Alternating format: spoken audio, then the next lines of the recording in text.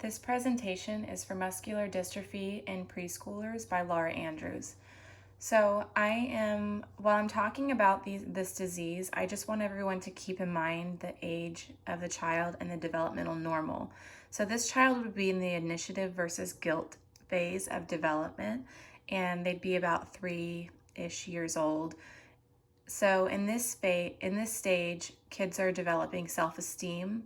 They have early moral development, like am I good or bad? They're still very egocentric. And criticism at this age leads to guilt, anxiety, and lack of purpose. And remember, they've already established their sense of autonomy and willpower. So just keep that in mind as we talk about the effects of this disease.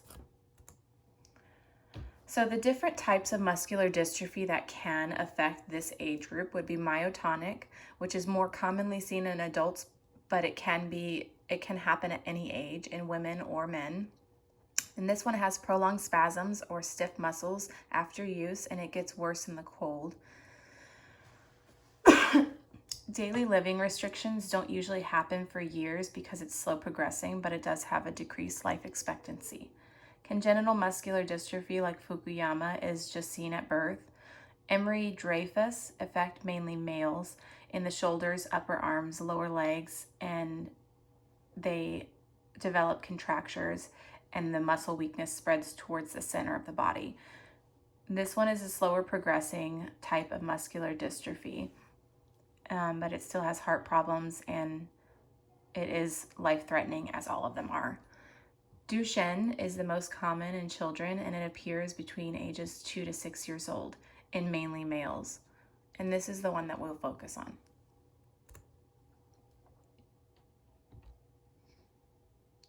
Duchenne muscular dystrophy is an X-linked recessive disorder. It's progressive, involving muscle degeneration over time, and it's caused by the mutation of dystrophin protein gene. And since the mutation can happen sporadically, it's not always caught through genetic testing of sperm and egg.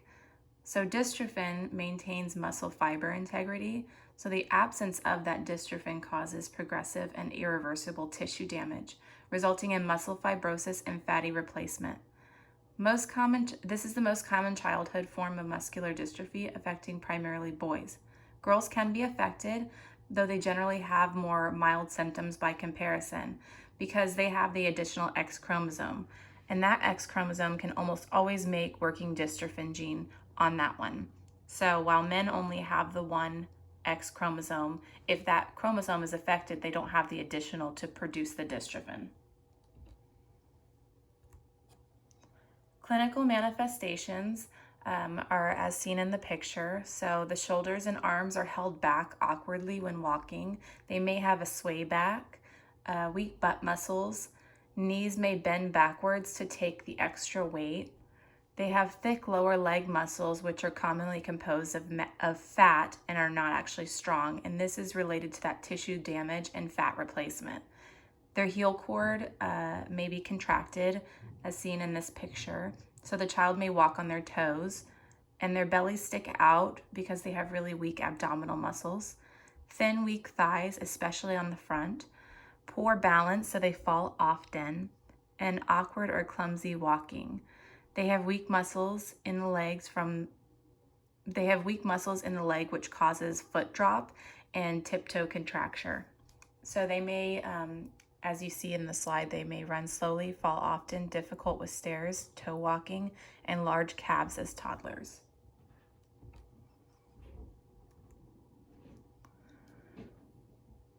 So diagnosis is most common between ages 2 to 6 and is done based on family history, symptoms, and physical exam. Some early signs are babies who are slow to crawl and walk and fall a lot, and they walk with a waddle. Gower sign, which is in this picture, is one of the signs you'll see in children who have weak thigh and abdominal muscles, and they may start to manifest this prior to diagnosis. During the physical exam, the doctor may tell the child to lay on the ground and get up as quickly as possible so they can see if they're using this maneuver, and that's a big sign of muscular dystrophy. So once the exam is done, they do confirmation testing through the creatine kinase, the CK protein that lives inside the muscle cells. The levels will rise in the blood if the cells are damaged. So we'll see a rise in those if they have muscular dystrophy. They're actually usually a really dramatic rise. Genetic testing also identifies the genetic mutation in the gene, and muscle biopsy is typically done with a small piece of the thigh. But if genetic testing and the CK levels confirm the diagnosis, the muscle biopsy isn't needed because it's invasive, so they just forego that.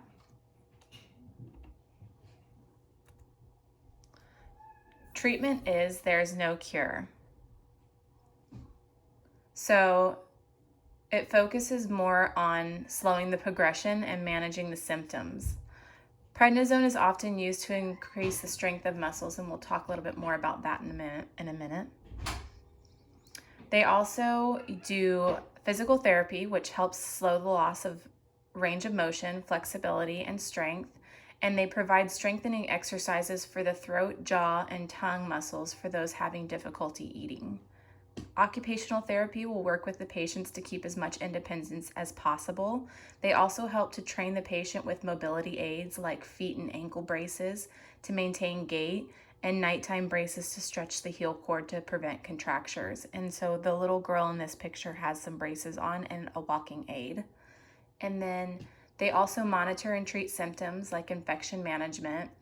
So an example would be high risk for respiratory infections and pneumonia, as well as infections associated with decreased mobility like pressure ulcers.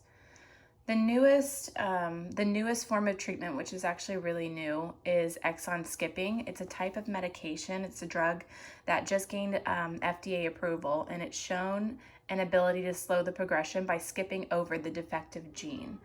It's still used in addition to the prednisone, and it has not been out long enough to know how successful it is long term and if there is any increase in life expectancy. Oh, and this other thing pictured here is an at-home lung function monitor. So we know that they lose lung function over time, and so I think that it's just a way for them to monitor their symptoms.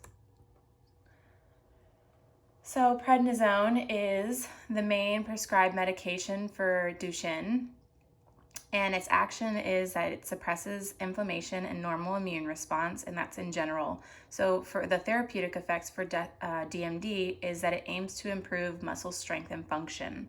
The side effects are depression, euphoria, hypertension, anorexia, nausea, acne, decreased wound healing, ecchymosis, fragility, hirsutism, petechiae, adrenal suppression, muscle wasting, osteoporosis, Cushingoid appearance, peptic ulceration, and thromboembolism. And there's a lot of those. So your risk of having those side effects increases with long-term use, which is what we see them doing with these kids. So it's very calculated dosing. Contraindications are acute and untreated infections, because as we said on the previous page, infections are common in these kids, but they also, on the prednisone, it's harder for the body to heal it since it does suppress the immune system. So in this demographic, so we're talking about pediatric patients, they require extra caution with chronic use, as it will result in decreased growth. Lowest possible doses for the shortest time is recommended.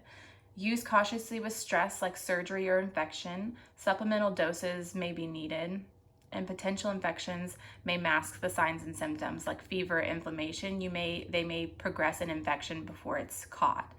And you use cautiously with traumatic brain injury, as it's associated with increased mortality. Some things for the nurses to consider is that we would monitor intake and output and daily weights, assess for peripheral edema, crackles, or dyspnea, because they can start retaining fluids, and we know that they gain weight on prednisone. So children should have periodic evaluations for growth, and lab monitoring would be serum electrolytes and glucose are big ones, because you can cause hypoglycemia with prednisone, and it's especially more risky if the child does have diabetes. Guaiac test stools are done, and if any blood's found in the stool, then we would contact the provider immediately. and their serum cholesterol and lipid values may increase on prednisone. So patient education, we would talk to them about not stopping the medication immediately, that the medication does have to be titrated down to avoid adrenal insufficiency and the symptoms that come with that.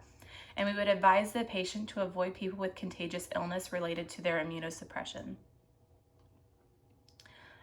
Patients should report abdominal pain, tarry stools, unusual swelling, weight gain, bone pain, non-healing sores, visual disturbances, and behavioral changes. And we would also discuss the possible effects on body image, which would be the gaining weight, the possible edema. They can have some changes in their appearance, which we said earlier would be the Cushingoid appearance. So those are some things with prednisone. Complications of the Duchenne muscular dystrophy is decreased range of motion, strength, and flexibility. These kids are usually wheelchair bound by about 9 to 12 years old. And they also develop lordosis, scoliosis, and contractures. And so this picture shows kind of the progression of where things head for them. And then it really does just keep progressing from there. So respiratory-wise, this is the leading cause of death for DMD patients, and the loss of respiratory muscle strength with ensuing ineffective cough and decreased ventilation can lead to pneumonia, atelectasis, and respiratory insufficiency in sleep and while awake. So they have a lot of difficulties breathing and often end up on ventilators. Often they die of respiratory failure by the age of 20, but there have been cases of people that live through their 20s. But on average, about 20 years old is the life expectancy, and leading cause of death is respiratory failure. Cardiac is a second leading cause of death for these kids, and they go into heart failure.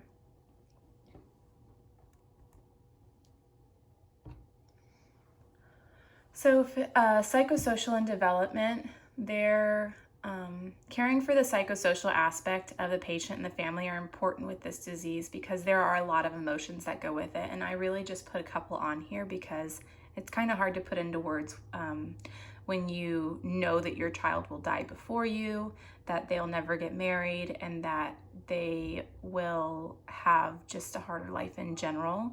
But from a lot of the videos I watched and the research I did, these kids are just really happy kids. So but this is what we're going to go with. So the emotions associated are stress, helplessness, and fear, and that's mainly on the parents' part, but of course the kids too. For the child at this age, between 2 to 6 is when they get diagnosed. The patient may not fully understand, and the child may have difficulty with stairs, fall frequently, or tire easily, but they still have the same desire to play hard, and they may start to realize that they have a harder time than their friends.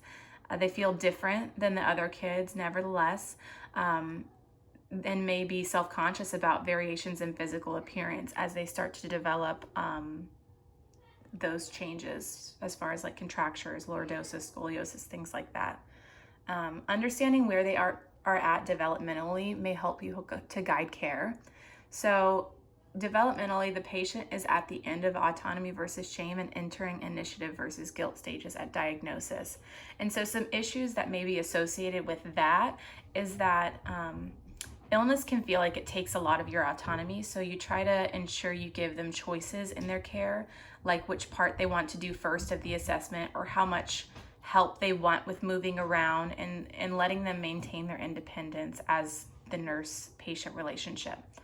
The patient may compare themselves to other physical appearance and abilities, so catering to the things that they do well, like singing or drawing or chess or fashion, putting their clothes together, things like that will be important for them. Their fine motor skills are being perfected as muscle is degenerating for them. So being patient with them, not to rush them, and just kind of let them work through what they're doing. So for us, we think about the 12-year-old going into a wheelchair. This stage of life where you're starting to feel like looks and how others see you is really important. So we would maybe help them decorate their wheelchair to express themselves, or take them to support groups with other muscular dystrophy kids, and so they can see people that look like them and who are going through what they're going through. So some resources for that. I was actually kind of overwhelmed with the amount of resources that were out there for these kids, but here are a couple listed. Some of these have education for parents, teens, children, things like that, just general education. The Parent Project Muscular Dystrophy was one of my favorite pages because they had so many things as far as information, online support groups. You can find a local meetup with other kids, and they connect families with specialized medical care, as well as research projects associated with muscular dystrophy if they wish to do that. And then Muscular Dystrophy Association has similar things, but they also give options for summer camps for these kids. So that's great too. And here are my resources. Thanks.